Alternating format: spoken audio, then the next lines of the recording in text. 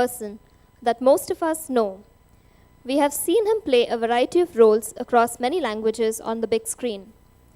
From a villain to a hero, to a friend, to a transgender, to a producer and a director. May I now request Mr. Ravi Sam to welcome our guest, Mr. Prakash Raj.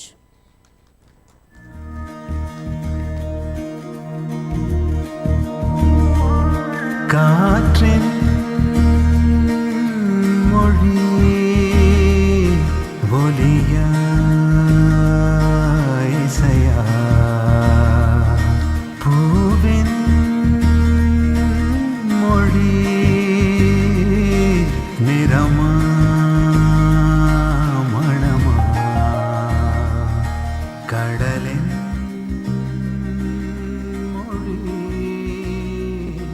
அலையா நுரையா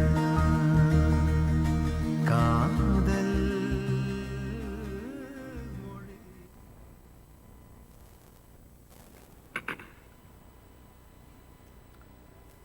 Good evening, ladies and gentlemen.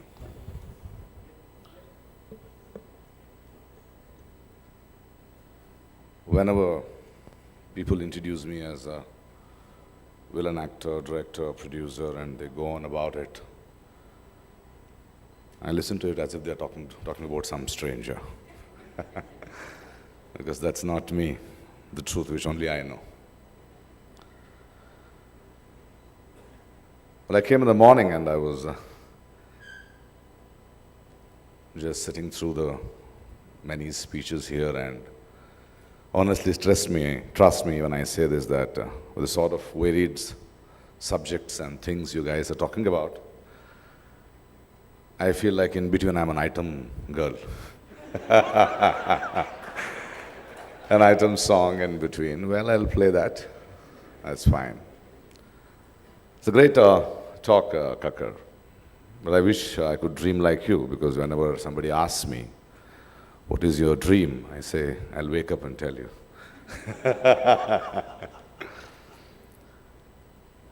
Well, horizon, cinema, whatever it is. See, I'm basically not a great speaker because I always believe I have nothing to say. So whenever I get a platform like this, I end up talking to myself. And you overhear me talking. And that's the way I'm going to keep this here. Well, I'm an alleged actor, producer, director in a field called cinema, which I have come to realize was not a medium of expression of our country. Now, I'm in a profession where probably I'm the third generation since India saw this art form, because I'm not in a profession which says that we had 2,000 years of painting or literature or play or something like that. And I'm here by chance. I've always stumbled upon things in my life. Coming from a lower middle class family, didn't know what to do, because I come from a generation of parents who were struggling to make a livelihood, so who were very unsure of their own future, so they couldn't design or think of a future to their children. So I come from a generation where I grown stumbling upon things, not knowing what to do. So when I finished my school, I was put in arts and science, and I didn't understand head or tail of it. Then they put me into commerce. I went there because there was an organization called the Kannada Sangha, where there was a poet and a great actor who was teaching there. When I was in my second year BCom, I realized, what am I doing here? And I walked out and I told my mom 6 months later that I'm not going to college. Then came into theater, didn't know what to do, because I'm one of those products in this country which is actually, sorry for using this word,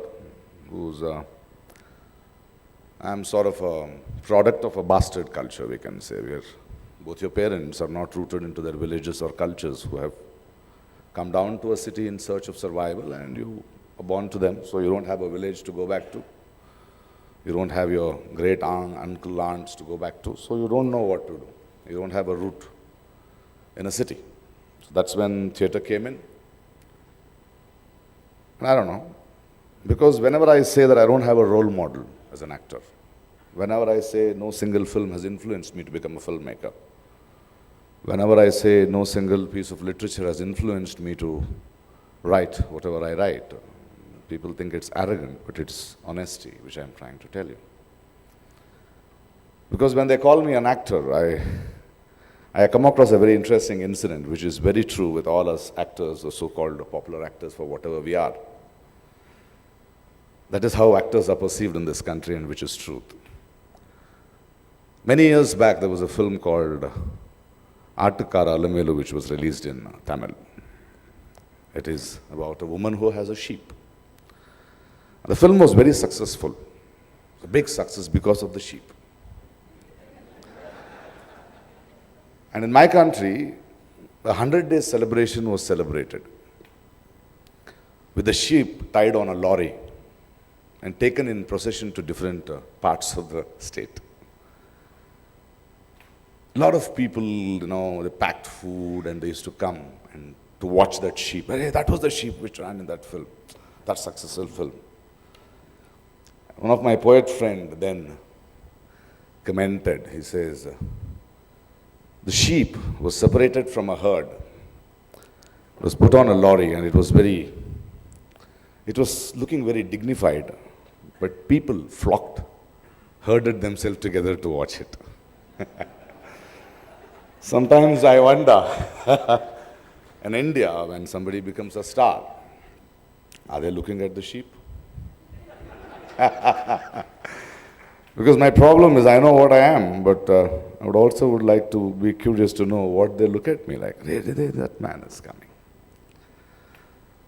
Dear friends, I have been just listening to a lot of people, and I have always come to believe that power in this country is given to you because of others' fears.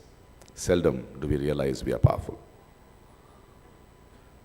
Power, a powerful man, a popular man, a great actor, a great writer is more alleged than derived. I have always believed that creativity or a talent, an acting talent or a directorial talent or whatever it is just a form.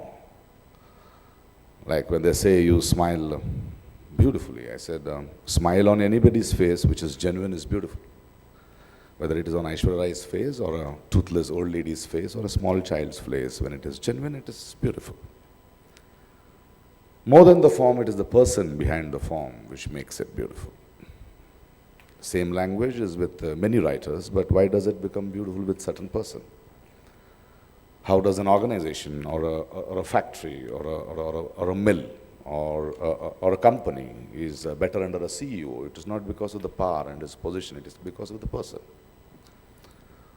I believe and I've come to realize that every single person is an individual and is a world by himself. So it is you, and it is you that I am not an actor because of some techniques or gimmicks I know to act. It is the books I have read, the people I have met, and the way I have surrendered to life to sensitize myself, and that has become my reflex.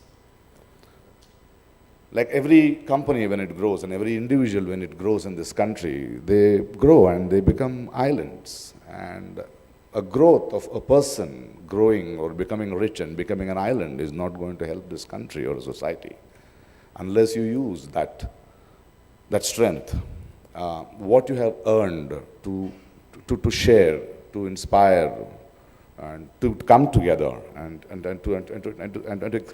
to share.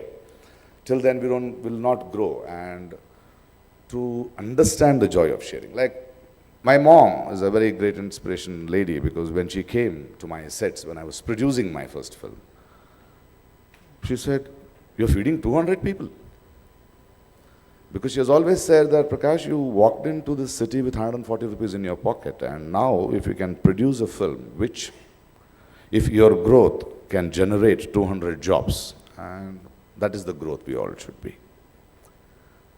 And I believe in that, and that's how you'll have to. Because Nobody is powerful. I think the more powerful you become, I want you to become more vulnerable and more humble and more human and realize that it's not you. It's something else, which is, and I'm not talking about God and philosophy, which I don't believe in, and don't misread me.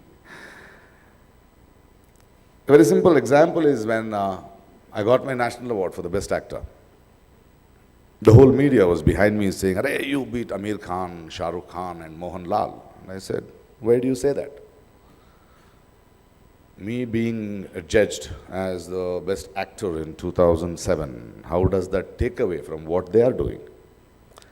It is just an award which was given for that film which was produced in that year.